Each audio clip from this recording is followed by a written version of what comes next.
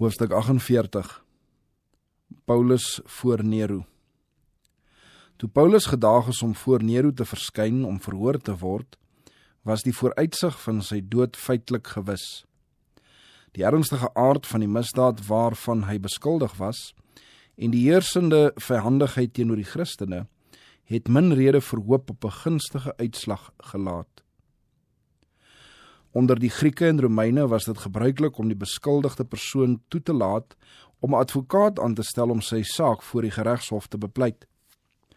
Deur die krag van sy argumente, deur vurige welsprekendheid, deur smekinge, bedes en trane, het so 'n advokaat dikwels daarin geslaag om vir die gevangene 'n gunstige uitslag te verkry. Of indien nie, het hy daarin geslaag om die vonnis versag te kry. Maar toe Paulus voor Nero gedaag is, het niemand dit gewaag om as sy raadsman of advokaat te dien nie. Daar was geen vriend teenwoordig om selfs 'n verslag op te teken van die beskuldiging wat teen hom ingedien is, of van die argumente wat hy tot sy verdediging aangevoer het nie. Van die Christene in Rome was daar nie een wat hom in hierdie uur van beproewing kon bystaan nie. Die enigste betroubare verslag is die wat Paulus self in sy tweede brief aan Timotheus geskryf het. In my eerste verdediging, het die apostel geskryf, het niemand my bygestaan nie, maar almal het my verlaat. Mag dit hulle nie toegereken word nie. Maar die Here het my bygestaan en my krag gegee, sodat deur my die prediking heeltemal volbring kan word, en al die heidene dit kan hoor, en ek is uit die bek van die leeu verlos. 2 Timotheus 4, vers 16 en 17. Paulus voor Nero was 'n treffende teenstelling. Die trotse heerser voor wie die godsman vir sy geloof verantwoording moes doen, het terselfdertyd die hoogtepunt van sy aardse mag, gesag en rykdom en die laagste dieptes van misdadigheid en ongeregtigheid bereik. Wat mag en roem betref, was hy ongeëwenaar. Daar was niemand wat sy gesag kon betwyfel of sy wil kon teenstaan nie. Konings het hulle krone voor sy voete neergelê. Magtige leers het op sy bevel uitgetrek en die vaandels van sy seemag het van oorwinning getuig. Sy standbeeld is in die geregshowe opgerig en die uitvaardigings van senatore en die uitspraak van regters was maar die weerklank van sy wil. Miljoene het gehoorsaam aan sy bevele neergebuig. Die naam van Nero het die wêreld laat sidder. Om in sy ongunst te kom was om besittings, vryheid, selfs die lewe te verloor, en sy misnoë het meer vrees veroorsaak as 'n pessiekte. Sonder geld, sonder vriende, sonder advokaat het die bejaarde gevangene voor Nero gestaan. Op die aangesig van die keiser was die skandelike merke van die hartstogte wat van binne gewoed het, terwyl die aangesig van die beskuldigde getuig het, dat daar in sy hart vrede met God was. Paulus se ondervinding was 'n lewe van armoede, selfverloning en lyding. Nieteenstaande die feit dat sy vyande hom gedurig deur middel van wanvoorstelling, verwyt en mishandeling probeer bang maak het, het hy die vaandel van die kruis onverskrokke omhoog gehou. Soos sy Here was hy 'n daklose swerwer, en soos hy het hy tot seën van die mensdom geleef. Hoe kon Nero, 'n grillige, hartstogtelike, losbandige tiran, die karakter en beweegredes van hierdie seun van God verstaan of waardeer?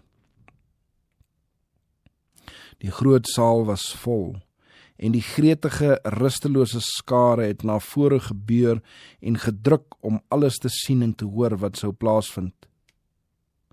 Vooraanstaandes en onaansienlikes was daar, rykes en armes, geleerdes en ongeleerdes, trotsaards en nederiges, almal sonder 'n ware kennis van die weg van die lewe en verlossing. Die Jode het die ou beskuldigings van oproer en kettery teen hom ingebring, en sowel Jode as Romeine het hom daarvan beskuldig dat hy die brand van Rome aangestig het. Terwyl hierdie beskuldigings teen hom ingebring is, het Paulus 'n onverstootbare kalmte bewaar. Die mense en die regters het hom met verbasing aangekyk. Hulle was al by menige verhoor teenwoordig en het menige misdadiger gesien, maar nog nooit het hulle 'n man met sulke heilige bedaardheid as die gevangene voor hulle gesien nie. Die skerp oë van die regters wat gewoond was om die gesigte van gevangenes voor hulle te lees, het te vergeefs op Paulus se aangesig na tekens van skuld gesoek. Toe dit hom vergun is om ter verdediging van sy saak te spreek, het almal belangstellend geluister. Weereens het Paulus die geleentheid om die banier van die kruis aan die verwonderde skare voor te hou. Terwyl hy na die menigte voor hom kyk, Jode, Grieke, Romeine en vreemdelinge uit baie lande, word sy siel beweeg deur 'n intense verlange dat hulle gered mag word. Hy dink nie aan die geleentheid, die gevare wat hom omring, of die vreeslike lot wat skynbaar so naby is nie. Hy sien net Jesus, die middelaar wat voor God ten behoewe van die sondige mensdom pleit. Met meer as menslike welsprekendheid en krag verkondig Paulus die waarhede van die evangelie. Hy wys sy toehoorders op die opoffering wat ter wille van die sondige mensdom gedoen is. Hy verklaar dat 'n onberekenbare prys vir die verlossing van die mens betaal is. Daar is voorsiening gemaak vir hom om op die troon van God te sit. Deur middel van engele, wat as boodskappers dien, word die aarde met die hemel verbind en al die dade van die mensdom, goed of kwaad, lê bloot voor die oë van die opperste regter. So pleit die voorstander van die waarheid. Gelowig onder die ongelowiges, getrou onder die ontroues, staan hy as die verteenwoordiger van God en sy stem is soos 'n stem uit die hemel. Daar is geen vrees, geen droefheid, geen mismoedigheid in sy woorde of in sy blik nie. Sterk is die bewustheid van sy onskuld, beklee met die wapenrusting van die waarheid, verbly hy hom dat hy 'n seun van God is.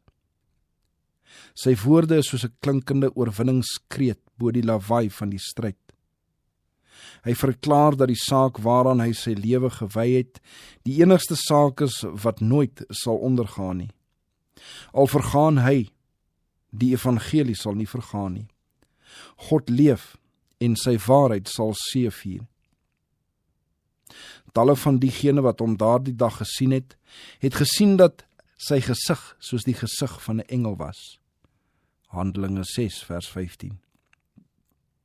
Nog nooit tevore het daardie skare na sulke woorde geluister nie. Dit het 'n snaar geraak wat in die harte van selfs die mees verharde onder hulle getrill het. Die duidelike, oortuigende waarheid het dwaling omvergewerp. Lig het in die gemoedere van vele geskyn, wat dit later blymoedig nagevolg het. Die waarhede wat daardie dag gespreek is, was bestem om nasies te laat beef en die eeue te trotseer terwyl die harte van mense beïnvloed, wanneer die lippe wat dit gespreek het stil in 'n martelaarsgraf lê. Nooit tevore het Nero die waarheid soos tydens hierdie geleentheid gehoor nie. Nooit tevore is die geweldige skuld van sy eie lewe so aan hom geopenbaar nie. Die lig van die hemel het deur en met sonde besmette kamers van sy siel gedring, en hy het met vrees gebewe by die gedagte aan die geregshof waarvoor hy, die heerser van die wêreld, sou moet verskyn en waar hy die regverdige vergelding vir sy dade sou ontvang.